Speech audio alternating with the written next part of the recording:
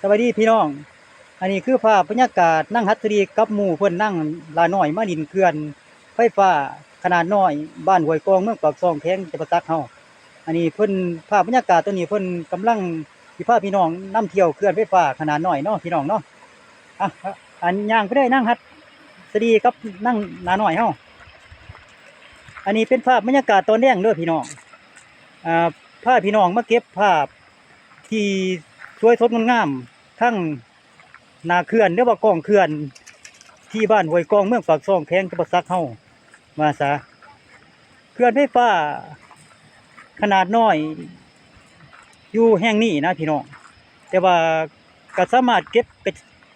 กระแสไฟฟ้าไปหมุนใส่ในโครงจักรโรงงานก็ได้คือกันพี่น้อง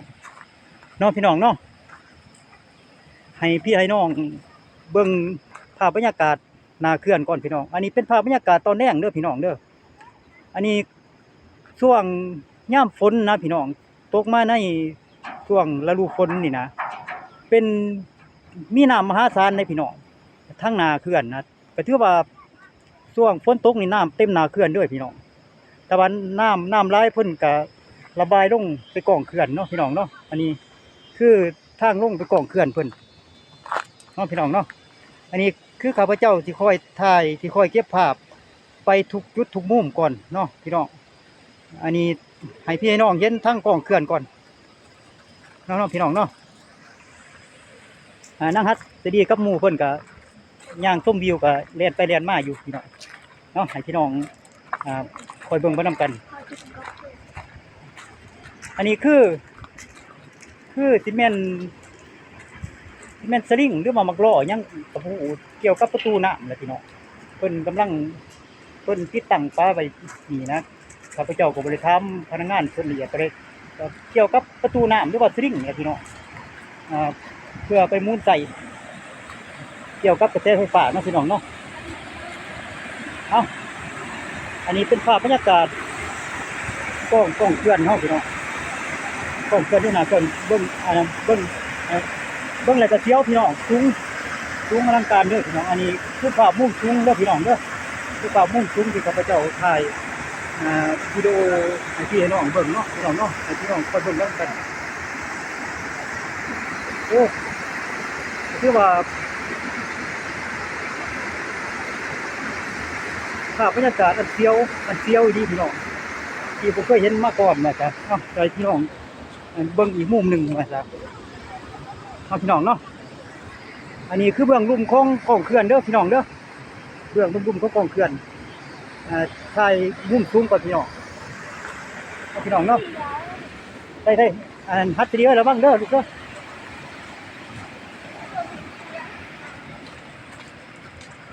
อันนี้เป็นทางพนักงานเรียกว่าวิชาการเป็นอย่างติดตามสภาพน้ำยังระยะอันติดตามสภาพน้ำเรียกว่าคนผลเบียดผลงานนะพี่น้องเพิ่นก็มารอเบิ่งแท้ๆนี่พี่น้องพี่น้องเนาะพี่น้องคอยเบิ่งไปนำกันอันนี้คือนาเขื่อนเด้อพี่น้องเด้อนาเขื่อน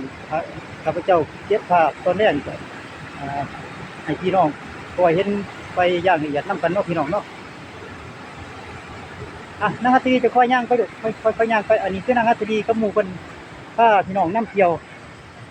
พี่น้องเนาะ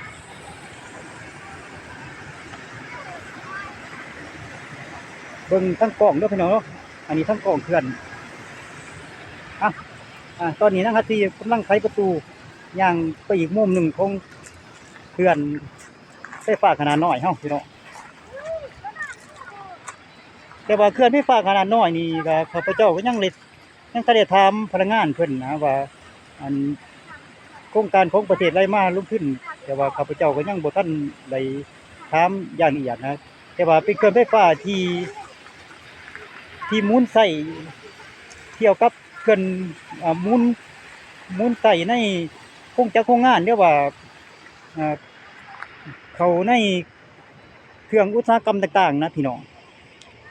แต่ว่าข้าพเจ้ากับบ่ทันได้ถามพี่ถามน้องละเอียดปานใดแต่ว่าได้มาถ่ายวิดีโอให้พี่น้องเบิ่งไปชั่วคราวก่อน นะครับทีนี้ย่างต่อไปเรื่อยนะครับทีนี้อันนี้เป็นภาพบรรยากาศที่พาพี่น้องลงไปกองเขื่อนเนาะพี่น้องเนาะอันนี้ให้พี่น้องคอยเบิ่งไปทำกันเด้อพี่น้องเด้ออันนี้เป็นภาพบรรยากาศตอนแรกพี่น้องที่พาพี่น้องลงไปกองเขื่อนลงมาเลยพี่น้องลงมาเลย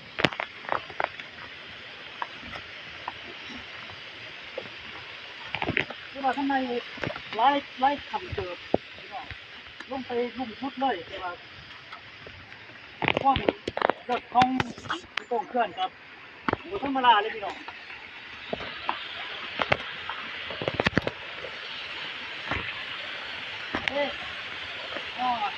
พอแล้วพักหนึ่งพี่น้องยังอยู่พักหนึ่งเนาะพี่น้องเนาะให้พี่น้องคอยเบิ่งกัน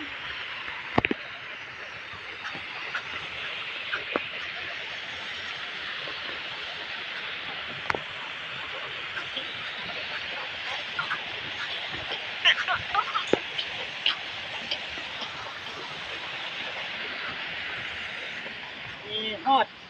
อดอีกพักหนึ่งพี่น้องแต่ว่ายังอีกขั้นตอนหนึ่งที่ข้าพเจ้าที่ได้ไปเก็บภาพอยู่กองเขื่อนตัววางน้ำตกตาดเนาะพี่น้องเนาะโอเคอันนี้เป็นภาพบรรยากาศนั่งพุดนั่งฮัตตรีกับหมู่เพิ่นนั่งหนาหน่อยเพิ่นที่พาพี่น้องลงไปกองเขื่อนไปเบิ่งน้ำตกตาดแบบใกล้ๆพี่น้องแต่ใกล้ๆเด้อแต่ว่าทางลงไปกองเขื่อนก็ยากแน่พี่น้องมันมีแต่หินหินเพิ่นกันเจือนนะพี่น้องเวลาฝนตกแล้วหินตัวนี้สามารถกันเจือนได้ว่าซะเนาะพี่น้องเนาะ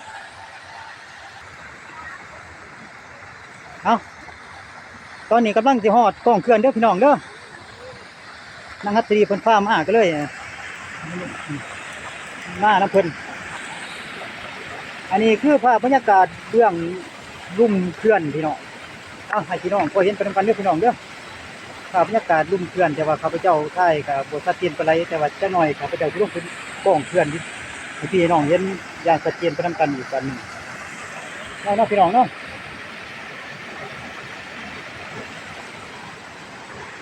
พี่น้องพอเห็นไปนำกันเด้อ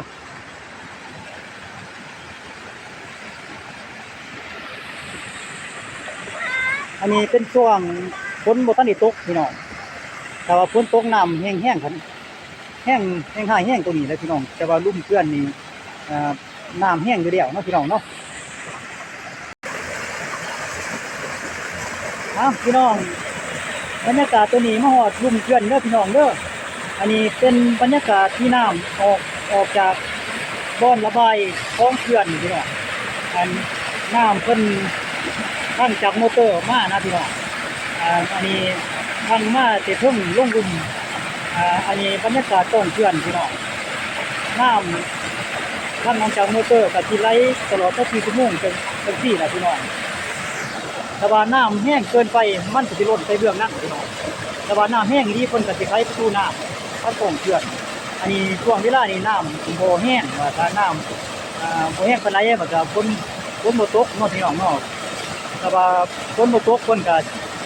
ปิดประตูน้ำเนี่ยก็ให้น้ำรอดผ่านมอเตอร์จักกี้แล้ว24 ชั่วโมงเนาะพี่น้องเนาะอันนี้คือเป็นบรรยากาศของเขื่อนในว่าตอนแรกพี่น้องพี่น้องเห็นเรื่องลุ่มเขื่อนเนาะพี่น้องเนาะแต่ว่าฝนตกนี่ก็บ่ได้น้ำก็บ่ได้ค่อยพี่น้องน้ำเต็มเลยพี่น้องเต็มห้วยเลยนะพี่น้องเนาะเบื้องต้นก็นั่งฮัตตรีกับหมู่เพิ่นพี่น้องเนาะพี่น้องเห็นภาพบรรยากาศเขื่อนลุ่มของยะ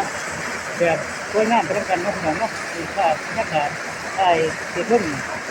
จะลุ่มหาทุ่งพี่น้องพี่น้องเห็น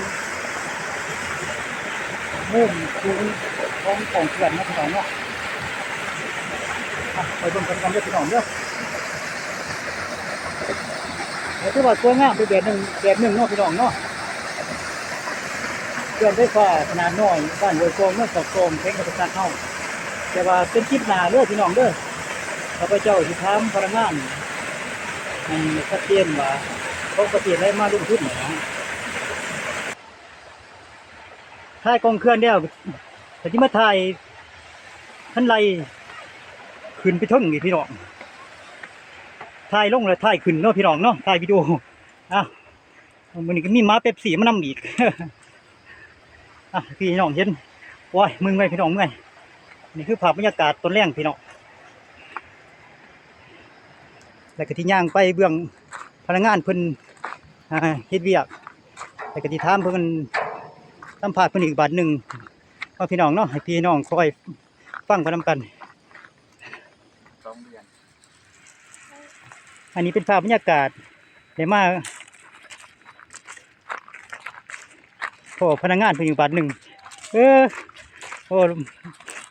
เราว่าเพิ่นกับกำลังไปใส่เด้เดี๋ยวสิมาถามเพิ่นจักหน่อยสัมภาษณ์เพิ่นจักหน่อยก็สิกลับบ้าน